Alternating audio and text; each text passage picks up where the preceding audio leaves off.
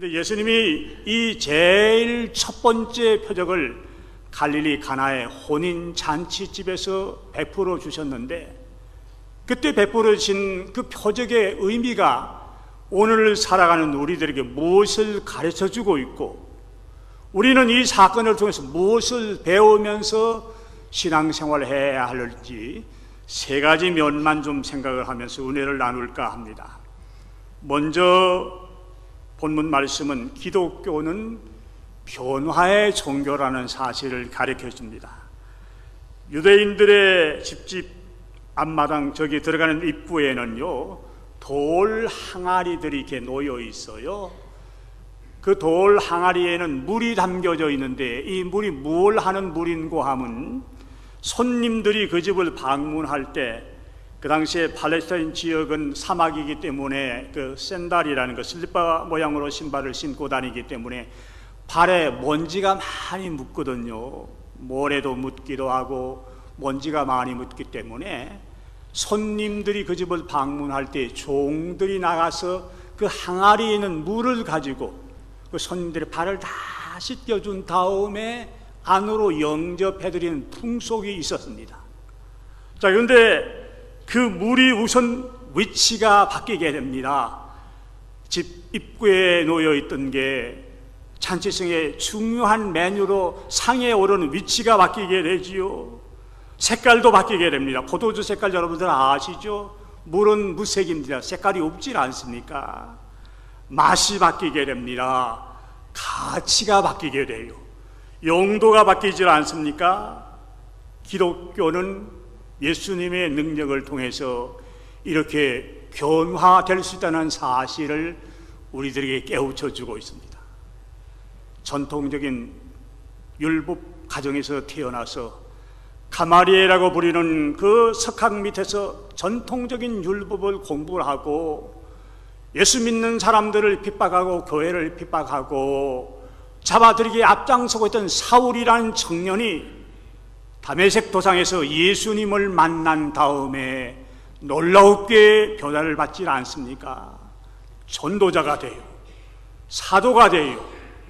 가는 곳마다 교회를 세우는 개척자가 됩니다. 신학자가 돼요. 철학자가 돼요.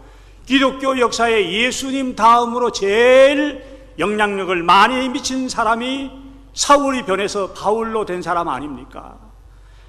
일생 살면서 제일 성공적인 크리스찬의 삶을 살았다고 자타가 인정하는 사람이 됩니다.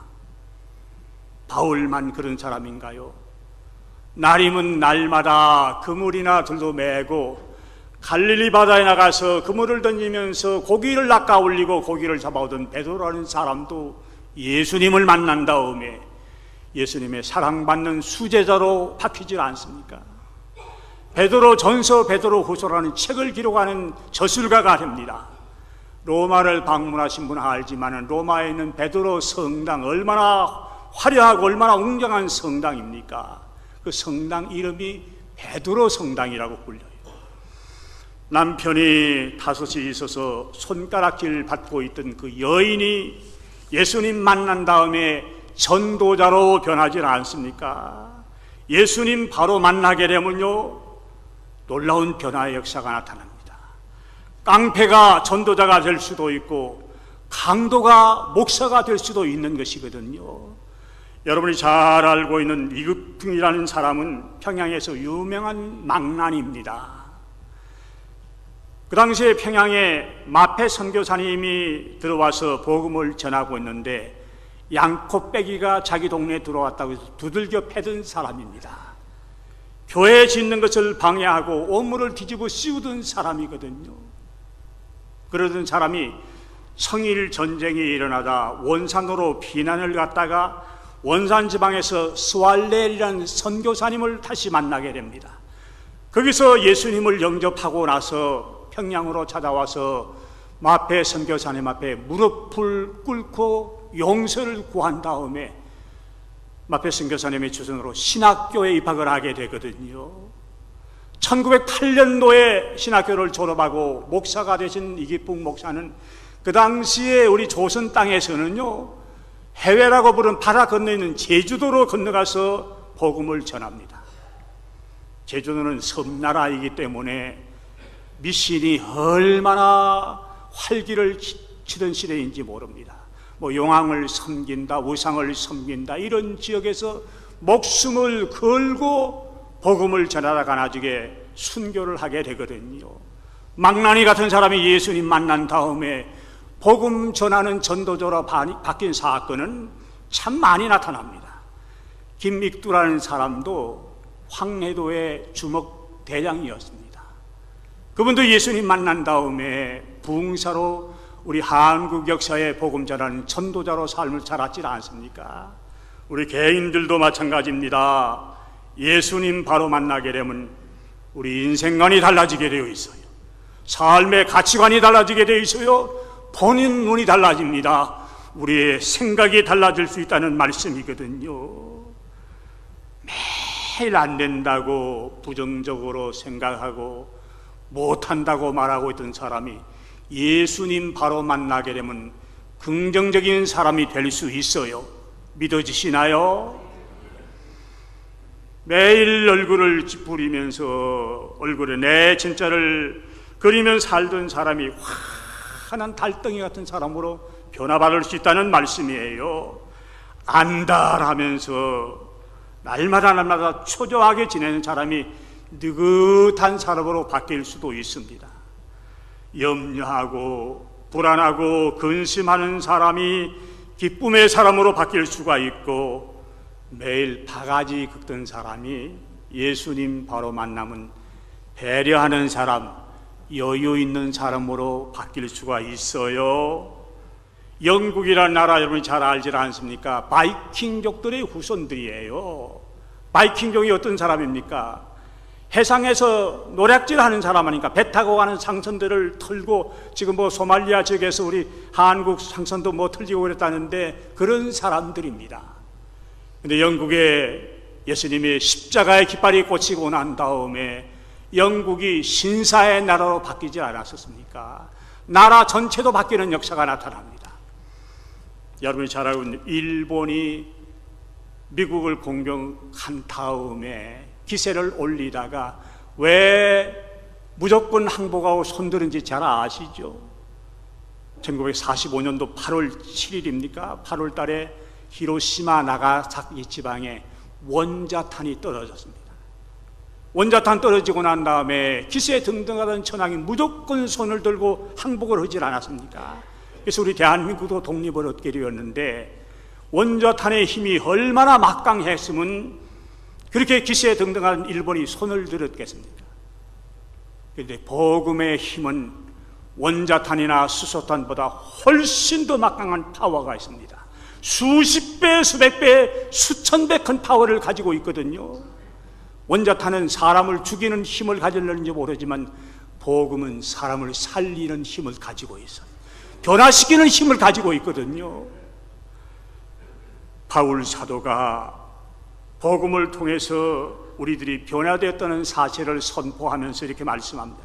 그런즉 누구든지 그리스도 안에 있으면 새로운 피조물이라, 이전 것은 지나갔으니 보라 새 것이 되었도다. 새 피조물, 뉴 크리에이처라 그럽니다. 여러분들이 예수님을 통해서 새로운 피조물이 되었다는 사실은 놀라운 축복이거든요. 감사하셔야 돼요. 감격하셔야 돼요. 사실 우리는 죄로 인해서 죽었던 심령들 아닙니까? 지옥 갈 수밖에 없는 사람들이었는데 예수님 만난 다음에 복음을 통해서 하나님의 권속으로 변화를 받고 하나님의 자녀로 이 땅을 살아가고 있다는 놀라운 사실을 생각하면서 감격하지 않을 수가 있겠습니까? 예수님이 우리 심령 속에 오셨기 때문에 우리가 이렇게 변화를 받았다는 사실에 감사를 드리고, 아직도 내가 수십 년 동안 신앙생활하면서 교회 들락날락 했는데 변화가 없다고 생각하는 분들이 계시면, 아직도 집에서 살림살이 하면서 남편에게 바가지 박박 긁는 사람이 계시면 내가 예수님 아직도 잘못 만난 것이 아닌가 생각하면서 예수님 바로 만나시도록 기도하심으로 여러분의 심령에 놀라운 변화의 역사가 있어지기를 부탁을 드리는 것입니다.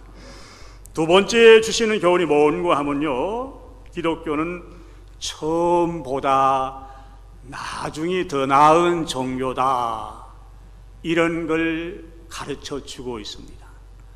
우리가 살고 있는 이 한인타운에만 해도 한국계 식당이 300개가 넘는다고 그러더라고요. 또 한인교회도 우리 한인타운만 해도 한 300개가 넘는다고 그래요. 교회 숫자하고 식당 숫자하고 비슷하지요.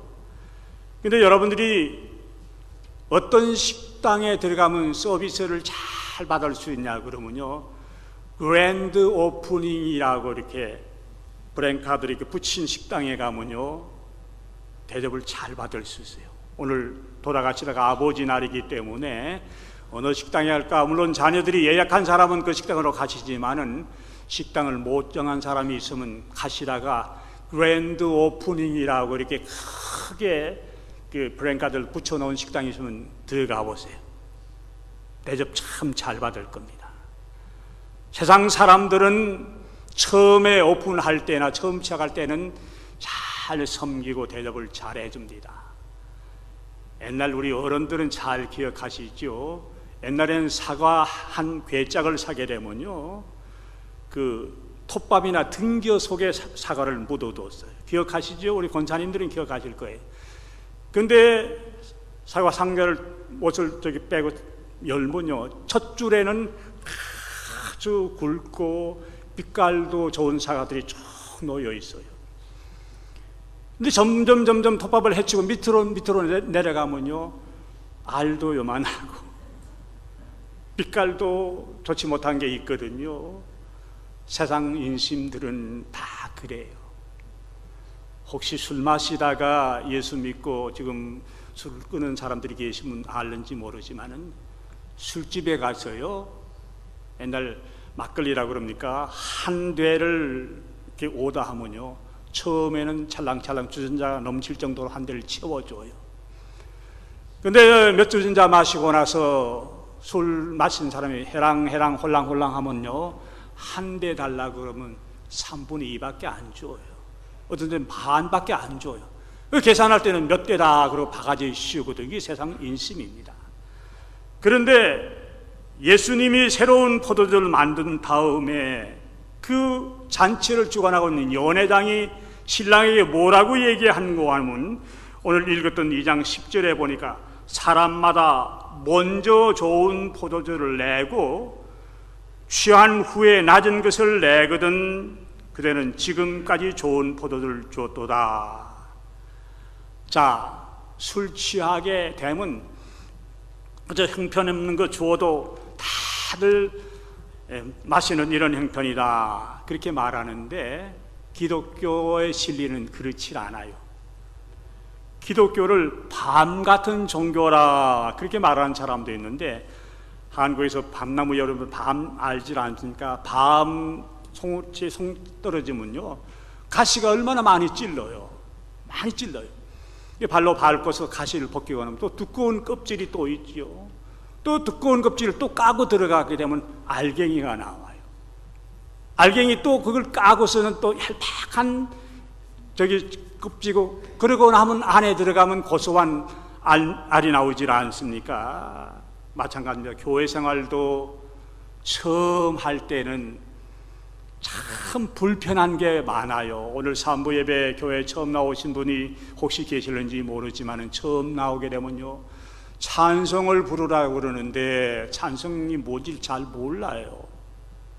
또 그런데다 뭐 교동문을 몇 편 찾자 그러는데 교동문이 무슨 말인지도 알아듣질 못하고, 사도신경을 고백하자고 하는데 사도신경이 뭔지를 모르기 때문에 옆에 사람 눈치 살피느라고 참 불편한 시간들을 가집니다.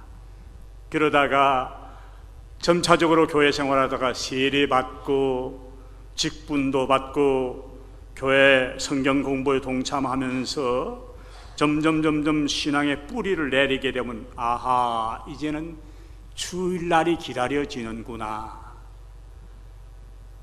내가 육신의 밥 한 끼는 굶을 망정 성경을 안 읽으면 안 되겠구나. 이렇게 점점 신앙의 깊이가 깊어지질 않습니까?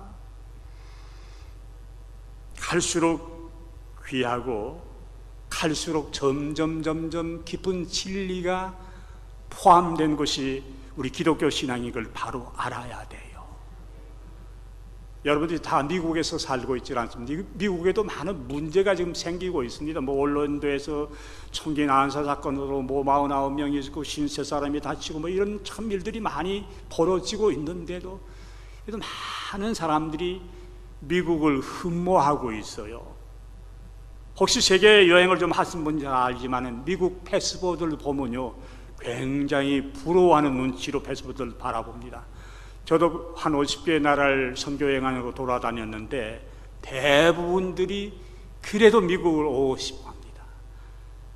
문제가 있는 나라지만 미국을 살기 좋은 나라라고 생각하거든요. 자유가 있는 나라지요. 민주주의가 성립이 되죠. 평등하죠. 그래서 많은 사람이 미국을 흠모하는데 우리가 앞으로 가야 할 천국은 우리가 좋다고 인정하고 있는 미국이나 스위스나 스웨덴의 노예나 이런 곳보다 수십 배, 수백 배, 수천 배 아름다운 곳이라는 사실을 소망의 눈으로 바라보아야 되거든요. 믿어지십니까? pat모라는 섬에서 기도하면서 계시를 받고 있던 사도 요한 선생님에게 앞으로 우리가 가야 한 천국이 얼마나 아름다운 곳인지를 가르쳐 주시는데 사도 요한은 그 당시 자기가 알고 있는 언어를 최정의 언어를 다 동원해서 요한계시록 21장, 22장에 기록합니다. 얼마나 아름다운 것입니까? 여러분들이 시간 나시는 대로 오늘 요한계시록 21장, 22장 말씀을 잘 눈여겨서 살펴보세요. 참 아름다운 것입니다. 기독교 진리가 날이 갈수록 더 좋아진다는 사실을 가르쳐주고 있거든요.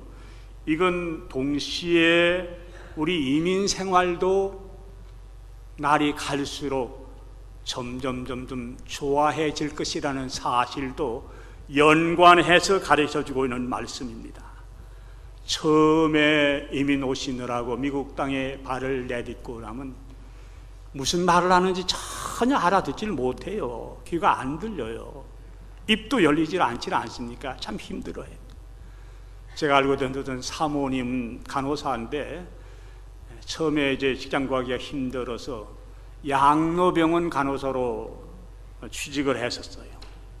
양로병원 뭐 다 아시는 대로 노인네들이 있는 곳이기 때문에 일반 병동보다는 취직하기 조금 쉬웠던 모양입니다. 첫날 근무를 하는데 이제 병실에 들어가서 이제 노인네들 계는데 할머니 한 분이 침대에 누워 있다가 들어오는 그 사모님 간호사를 보고서는 Seven up please 그러더래요. 그 말이 무슨 말인지 알아듣질 못했었어요. 근데 조금 더 음성을 높여가지고 Seven up please 무슨 말인지 알아듣질 못하기 때문에 Seven up 침대를 7번 올려달라는구나. 발로서는 이게 침대를 막 할머니가 화를 나 Seven up please. 한국에서 칠성사이다라는 얘기를 들었는데 세븐업이라는 건 한 번도 듣질 못했습니다. 마시는 세븐업 여러분 다 아시질 않습니까? 그렇게 고생하시다가 자리를 잡아나가거든요. 저도 훌러신학교에 들어가서 공부를 하는데 미국 강사님이 교수님이 말하는 무슨 말인지 알아듣질 못해요. 다른 학생들은 막 웃고 그러는데 저 사람들이 왜 웃을까? 전혀 알아듣질 못해요. 어떤 한국 학생은요 강의 시간에 나가가지고 1시간 동안 기다리는데 학생들이 아무도 안 오더래요. 이상하다 알아보니까 전 주간에 강사님이 다음 주간은 휴강한다고 광고를 했는데 그 말이 무슨 말인지를 못 알아듣고 그 사람은 나갔던 거예요. 이렇게 시작했던 이민 생활이 10년이 지나고 20년이 지나고 시간이 흐를수록 점점 적응이 되질 않습니까? 처음 이민 오신 분들 오늘 혹시 예배당에 올라오셨다 그러면 시간이 지날수록 미국 생활 잘 적응해 나가고 미국 생활 좋아질 거라는 소망을 가지고 이민 생활을 잘 극복해 나가시기를 부탁을 듭니다. 세 번째 주시는 교훈의 말씀은 기독교의 진리는 순종하는 사람이 깨달아 알 수 있다는 그런 말씀입니다. 아까 제가 말씀드린 대로 유대인들의 잔치는 보통 일주일 동안 진행된다고 그랬죠. 잔치를 주관하면서 똑똑한 사람, 잘생긴 사람 가운데 한 사람을 연회장으로, 그러니까 매니지먼트 하기 위해서 세웁니다. 잔치는 즐거운 장소 아닙니까? 기쁨의 장소입니다. 그런데 포도주가 동인하고 나서 새로운 포도주가 상에 올라왔는데도 이 포도주가 어디서 왔는지를 아는 사람이 없었어요. 모든 잔치를 주관하고 있는 연회장도 어디서 나왔는지를 몰라요.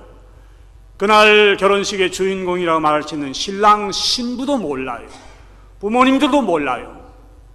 그런데 이 포도주가 어디서 나왔는지 아는 사람이 있었습니다. 누가 이 포도주가 어디서 나온지 알았었죠? 물도라고 그러는 하인들은 이 포도주가 어디서 나왔는지를 알았어요. 우리 기독교 역사를 보면요, 하나님께서는 똑똑하고 내노라한 사람, 아주 샷번 사람들을 들어 쓰기보다 순종하는 사람, 조금 세상 사람들이 볼 때는 어리숙한 사람들을 들어서 사용하실 때가 참 많거든요. 12 제자들의 면모를 여러분들이 한 사람 한 사람 잘 살펴보세요. 별 볼 일 없는 사람입니다. 성경을 제대로 공부한 서기관들이나 권세 있는 사람이나 재력가나 그런 사람 없었어요. 매일 나가서 그물이나 던지면서 고개를 잡아오는 어부들과 세리들과 별 볼 일 없는 이런 사람들을 골라서 세계 역사를 뒤집어 놓는 그런 일을 했거든요. 제가 오래전 얘기인데, 다른 교회 부교육자로 섬기고 있을 때 그 교회에 나오는 집사님 한 분이 집을 사서 이제 오픈하우스 집들이를 하는데, 집이 좀 멀어요. 저 인랜드라고 동쪽에 있는데 와서 예배를 인도해 달라고 해서 갔던 일이 있어요. 30대 후반 되는 젊은 집사님인데 PhD 학위를 미국에서 받았어요. 근데 자기 친구들 한 7, 8명을 초청을 했는데 대부분들이 PhD 학위를 받은 아주 쨍쨍한 젊은 인테리들이에요. 여기서 다 공부하고 나이도 그렇게 많지, 30대 후반 그런 분들인데, 제가 예배를 인도해 달라고 그래서 예수님의 그 피 보혈에 관해서 구원에 대한 얘기를 다 하고 나니까요, 한 분이 정면으로 저한테 도전을 해요. 목사님, 우리들 앞에는 그런 무식한 설교하지 마세요. 오, 자존심 상하더라고요. 제가 무슨 말씀을 잘 못했습니까? 예수님의 피를 통해서 구원받는다는 아마 그런 얘기를 한 것 같아요. 예수님의 피가 2000년 전에 흘렀는데 그게 어떻게 증발이 되고 다 분해가지고 없는데 그 피로 지금 구원받는다는 게 그 말이 되는 얘기냐고. 자기네들 같이 배우고 똑똑한 사람한테는 그런 무식한 설교하지 말라 그래요. 그래서 하나님의 진리는 세상에 똑똑한 사람, 인텔이라고 자부하는 사람, 머리가 샤프하다고 자부하는 사람들에게는 전해지는 게 아니구나. 세상적으로는 배우지 못하고 세상적으로는 조금 모자란 같아 보이는 그 사람들에게는 예수의 보혈의 피를 통해서 구원받는 사실이 믿어지지 않습니까? 여러분들 믿어지세요? 안 믿어지세요? 믿어지시면 여러분들은 세상적으로 볼 때는 조금 미련하게 보이는지 모르지만 하나님이 귀한 진리를 터득하고 발견한 사람들이거든요. 그렇기 때문에 교회 생활하면서 교회에서는 똑똑한 채 하지 마세요. 인텔이라고 자부하지 마세요. 목에 힘들이지 마시고, 물 떠오라 그러면 물 떠오고, 연회장에 갖다 주면 갖다 주는 순종하는 사람이 될 때 세상 사람들이 알지 못한 깊은 진리를 터득해서 깨달아 알 수 있다는 사실을 기억하시고, 나도 순종하면서 교회를 섬겨야 되겠구나, 마음의 다짐이 있어지기를 부탁합니다. 사무엘 선지는 그렇게 말씀합니다. 순종이 제사보다 낫다. 여러분이 잘 알고 있는 아브라함이라는 노인네는요, 75살에 정들었던 고향 산천 하나님이 떠나라고 말씀하시니까 아무 소리 하지 않고 떠났던 사람입니다. 하나님, 이 나이에 내가 어디 가서 뭘 먹고 삽니까? 어떻게 정착을 합니까? 이런 반구의 이유를 넣어놓은 사람이 아닙니다. 100살 때 선물로 줬던 외아들 이삭을 하나님이 제산 모리아산으로 데려가서 제사를 지내라고 그럴 때 순종하면서 올라갔던 사람 아닙니까? 그렇게 순종의 본을 보였던 사람이기 때문에 하나님께서는 아브라함을 복의 근원으로 삼아주셨어요. 이스라엘 민족의 아버지로 삼아주셨거든요. 지금도 아브라함을 우리 기독교에서는 믿음의 조상이라고 그럽니다. 천주교에서도 역시 아브라함을 믿음의 조상이라고 자랑하고 있어요. 모슬렘권에서도 아브라함은 우리의 믿음의 조상이다. 유대교인들도 아브라함을 믿음의 조상이라고 부르는 이유가 어디 있냐 그러면 아브라함은 하나님 앞에 순종하며 살기를 즐겨했기 때문에는 사실을 알고 앞으로 살면서 깊이 묻혀져 있는 깊은 기독교의 진리를 터득해서 알고 깨닫고 기독교의 진리로 도전받기를 원하신다 그러면 똑똑한 사람의 반열보다는 말씀에 순종하면서 살아야겠구나 이런 다짐들이 여러분의 심령 속에 역사해 주심으로 숨겨져 있는 귀한 진리를 맛보며 살아가시는 여러분들이 되시기를 부탁을 드리고, 오늘 첫 번째 예수님의 기적이 갈릴리 가나의 혼인 잔치집에서 있었다는 사실은 앞으로 마지막 기적은 천년 혼인 잔치집에서 이루어질 것이라는 사실을 기대하면서 시간 살면서 예수님 바로 만나서 내 심령의 변화를 체험하며 살아가고, 기독교의 진리는 갈수록 더 깊은 것이 담겨져 있구나, 더 귀한 것이 심어져 있구나 깨달아 하시면서 나는 똑똑한 사람의 반열보다는 어리숙하게 보이는지 모르지만 순종하며 살겠다는 마음의 다짐들을 가지시고 이 성전을 떠나시는 여러분과 제가 되기를 주님의 이름으로 부탁을 듭니다.